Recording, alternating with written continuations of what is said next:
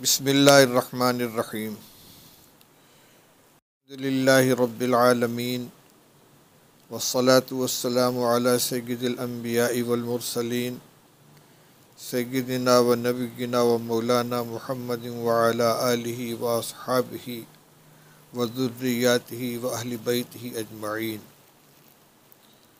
اما بعد فاعوذ باللہ من الشیطان الرجیم، بسم اللہ الرحمن الرحیم۔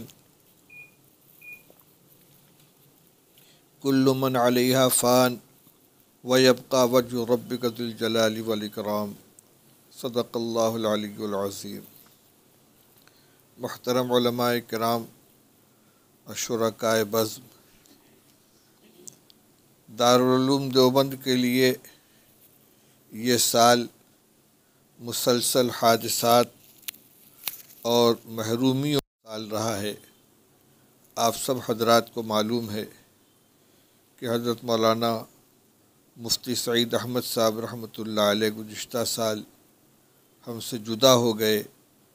بہت بڑا حادثہ تھا، ابھی اس صدمے کے اثرات باقی تھے کہ اس وبائی بیماری کے دور میں یکے بعد دیگرے 4 بڑے اساتذہ کرام رخصت ہو گئے۔ حضرت مولانا نور عالم صاحب، حضرت مولانا حبیب الرحمن صاحب، حضرت قاری محمد عثمان صاحب اور ایک فارسی درجے کے استاد مولانا محمد قاسم صاحب۔ تھوڑے تھوڑے وقفے کے ساتھ یہ سارے اساتذہ رخصت ہو گئے اور ایسی فضا بن گئی کہ لگتا تھا جیسے مکھن اتار لیا جائے۔ دارالعلوم کے طبقہ اولیاء کے اساتذہ یکے بعد دیگرے جدا ہوتے چلے گئے۔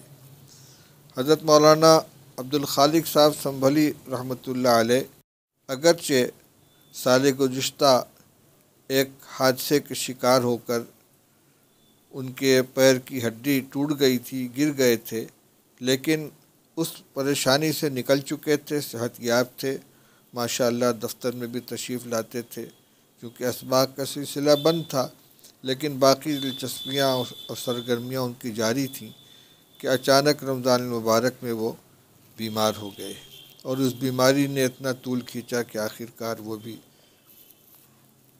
3 دن پہلے جمعہ کے دن راہی ملک بقا ہو گئے۔ دنیا میں جو بھی آیا ہے جانے ہی کے لیے آیا ہے۔ ابھی میں نے آیت پڑھی، کل من علیہا فان ویبقى وجہ ربک ذو الجلال والاکرام۔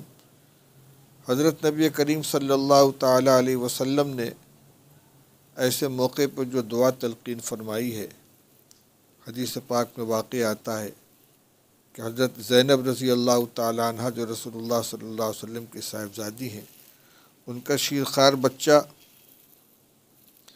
بہت بیمار تھا اور لگتا تھا کہ اس کا آخر وقت ہے۔ انہوں نے رسول اللہ صلی اللہ علیہ وسلم کے پاس پیغام بھیجا کہ آپ تشریف لے آئیں۔ آپ نے یہی جملے ارشاد فرمائے، ان للہ ما اخذ ولہ ما اعطى وکل شیء عنده بمقدار فلتصبر ولتحتسب۔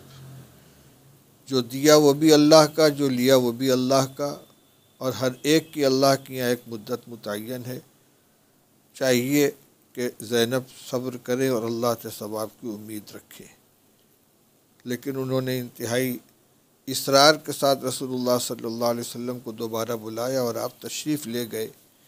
یہ جملہ ایک سنت بن گیا اور حادثے کے وقت اس کو پڑھ کر اپنے ایمان اور عقیدے کا اظہار بھی کیا جاتا ہے اور صبر و تسلی بھی حاصل کی جاتی ہے۔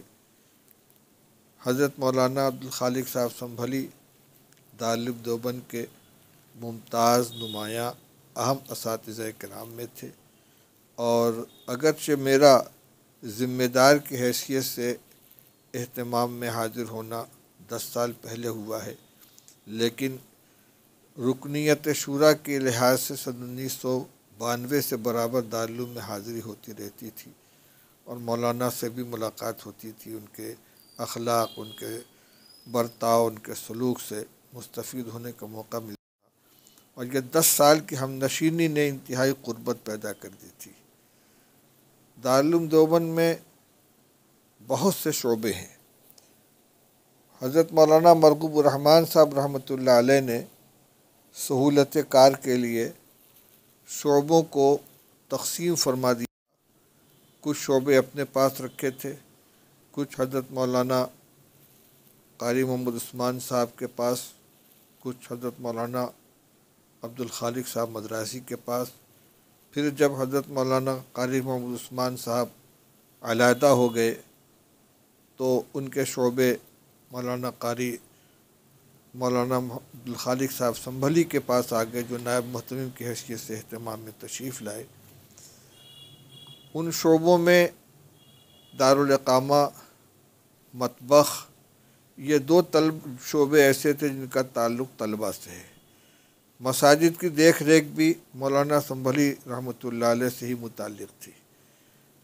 روزانہ کچھ نہ کچھ مسائل ان کے سامنے رہتے تھے اور میں تھوڑے فاصلے سے بیٹھا دیکھتا رہتا تھا۔ مولانا اتنی پست آواز سے اور اتنا صاحب معاملہ سے قریب ہو کر گفتگو فرماتے تھے کہ اکثر بات بھی نہیں پلے پڑتی تھی کہ کیا گفتگو ہو رہی ہے، تھوڑی دیر میں مسئلہ حل ہو جاتا تھا۔ مولانا کی اس خوبی کا تذکرہ تمام حضرات اپنے تاثر کے اندر کر رہے ہیں۔ میں نے بھی تعزیتی مجلس کے اندر اس کا ذکر کیا تھا کہ ان کی نرم گفتاری اور ان کا جو تواضع اور انکسار کا انداز تھا وہ بے مثال تھا۔ اگر کبھی ناراضگی کا بھی اظہار کرنا ہوتا تو لہجہ اور الفاظ کا استعمال ایسا ہوتا کہ پتہ نہیں چلتا تھا کہ مولانا کسی بات کے اوپر اپنی ناگواری یا ناراضگی کا اظہار کر رہے ہیں۔ ایک بات جو خاص دیکھی، جو ابھی تھوڑی دیر پہلے مولانا عبداللہ صاحب معروفی نے گفتگو میں کہی ہے کہ تلامذہ اور فضلاء کے ساتھ مولانا کا رابطہ ہمیشہ رہا۔ دارالعلوم میں جن حضرات کو کسی شعبے میں مدرس کی ضرورت ہوتی تھی تو وہ مولانا سنبھلی سے رابطہ کرتا تھا، چاہے تجوید کے لیے استاذ کی ضرورت ہو، چاہے عربی پڑھانے کے لیے ضرورت ہو، تو مولانا کا رابطہ رہتا تھا اپنے فضلاء سے، اپنے تلامذہ سے۔ ان کو یہ معلوم رہتا تھا کہ کون فاضل کہاں پر ہے، کون فارغ ہے اور کون کام سے لگا ہوا ہے۔ مناسب افراد کی وہ نشاندہی کرتے تھے۔ اس لیے دو طرح کے رابطے مسلسل مولانا کے ساتھ رہتے تھے۔ جو لوگ ملازمت کے اور جگہ کے متلاشی ہوتے تھے وہ بھی مولانا سے رابطے میں رہتے تھے، اور جن لوگوں کو کام کرنے کے لیے اساتذہ اور کارکنان کی ضرورت ہوتی تھی وہ بھی رابطے میں رہتے تھے، اور اکثر دونوں کو اپنے مقصد کے اندر کامیابی ملتی تھی۔ اسی طرح مولانا کی دو خصوصیتیں میں نے دیکھی جو محسوس کی۔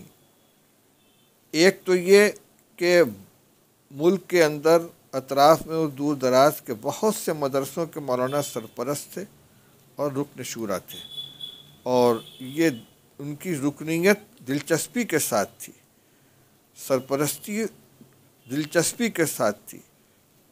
بہت سی جگہ میٹنگوں میں تشریف لے جاتے تھے، بڑے مدرسوں میں، مدرسہ خادم الاسلام ہاپوڑ، اور ایک اسی طرح بلاسپور کے مدرسے کے مستقل سرپرست تھے، کبھی تشریف لے جاتے، کبھی وہاں کے لوگ آ کے مشورہ کرتے تھے۔ اسی طریقے سے مولانا سے لوگ اپنے ذاتی معاملات کے اندر بھی طلباء اور اساتذہ مشورے لیتے رہتے تھے۔ دوسری خصوصیت یہ دیکھی کہ اپنے مدرسوں میں جلسوں کے لیے، کسی پروگرام کے لیے جو لوگ آتے تھے بہت کم ایسا ہوتا تھا کہ وہ خالی ہاتھ واپس جاتے۔ مولانا ترتیب بنا کر ان کے یہاں تشریف لے جانے کا نظام بنا لیتے تھے۔ بہت ایسا ہوا کہ کوئی میرے پاس آیا، میں نے اپنی مصروفیت کی وجہ سے یا افتاد طبع کی وجہ سے معذرت کر دی، اور میں نے کہا مولانا سے بات کر لو۔ وہ وہاں پہنچا، اس نے بات چیت کی اور مولانا نے اس کو کوئی تاریخ دے دی۔ یعنی دل توڑنا نہیں جانتے تھے، حتی الامکان دوسروں کا دل رکھ لینا، ان کے کام کے اندر ان کی مدد کر دینا اور ان کی مراد پوری کر دینا، یہ مولانا کا مزاج تھا۔ بذلہ سنجی، ظرافت مزاج کے اندر ان کے کوٹ کوٹ کر بھری ہوئی تھی۔ یہاں کے درجہ ابتدائی کے اکثر اساتذہ ان کے تلامذہ ہیں۔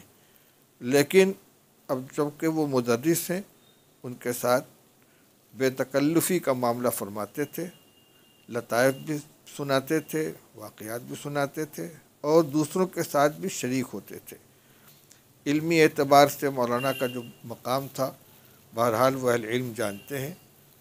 مولانا عبد المعید صاحب نے، جو سنبھل کے رہنے والے مولانا کے ہم عمر اور تھوڑی عمر میں زیادہ اور ہم عصر تھے، انہوں نے جو سنبھل کی تاریخ لکھی ہے اس میں مولانا کے تعلیمی حالات لکھے ہیں، تو اس سے معلوم ہوتا ہے کہ طالب علم کے زمانے ہی میں مولانا یہاں انتہائی ممتاز تھے۔ دورے کے سال دورے میں تیسری پوزیشن لائے تھے، اور فراغت کے بعد 10ویں سال دارالعلوم کے اندر مدرس کی حیثیت سے تشریف لے آئے، اور ہمیشہ نمایاں اور اہم اساتذہ کے اندر تھے۔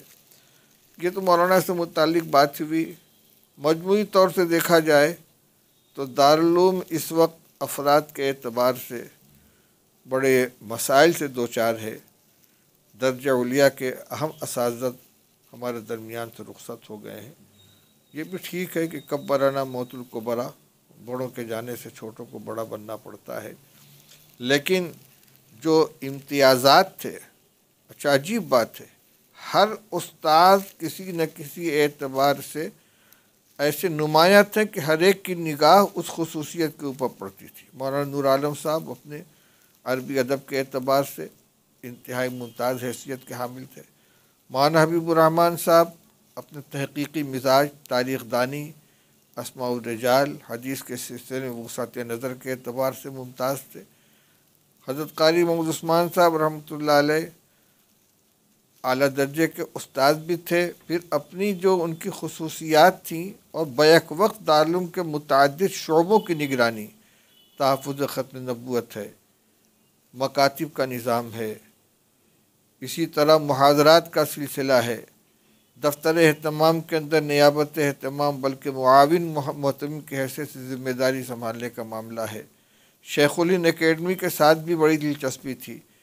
یہ تمام کے تمام شعبہ جات کو دیکھنا اور سب کو یکساں دلچسپی کے ساتھ انجام دینا اور کسی کثرت کار سے نہ گھبرانا، یہ مولانا حضرت قاری عثمان رحمۃ اللہ علیہ کی خصوصیت تھی۔ تو میں یہ کہہ رہا تھا کہ جتنے جانے والے حضرات تھے وہ سب اپنی اپنی خصوصیات کے ساتھ رخصت ہوئے ہیں، اور ہر ایک ان کو ان خصوصیات کے حوالے سے یاد کر رہا ہے۔ مجموعی طور سے یہ بہت بڑا خسارہ ہے اور نقصان ہے۔ اللہ تعالیٰ ہی نظام کو چلانے والے ہیں۔ اللہ تعالیٰ دارالعلوم کو ان اکابر کا نعم البدل عطا فرمائے، اور بزرگوں کی یہ امانت جو آج ہم جیسے ناکاروں کے حوالے ہے، اللہ تعالیٰ اس کے نظام کو خوش اسلوبی کے ساتھ چلانے کی توفیق عطا فرمائے، اچھے رجال کار عطا فرمائے، اور تعلیم کا سلسلہ جو یہاں بند ہے اللہ کرے خوش اسلوبی کے ساتھ وہ جاری ہو جائے، اور 1 سال سے زیادہ تعطل کا دور گزرا ہے اس سے ہم سب کو نجات ملے۔ میں اس گفتگو کے ساتھ اپنے تمام سامعین کو، جو اکثر حضرت مولانا عبدالخالق صاحب سنبھلی رحمۃ اللہ علیہ کے تلامذہ ہیں یا ان کے محبین ہیں، ان سب کو اور خود اپنے آپ کو تعزیت پیش کرتا ہوں۔ اللہ تعالیٰ اس صدمے کی اس گھڑی میں ہمیں صبر و سکون نصیب فرمائے، حضرت مولانا کی روح کو سکون نصیب فرمائے، اعلیٰ علیم میں جگہ عطا فرمائے، ان کے تمام صاحبزادوں کو، اہل خاندان کو، تمام متاثرین و متعلقین کو صبر کی توفیق عطا فرمائے۔ وآخر دعوانا الحمدللہ رب العالمین۔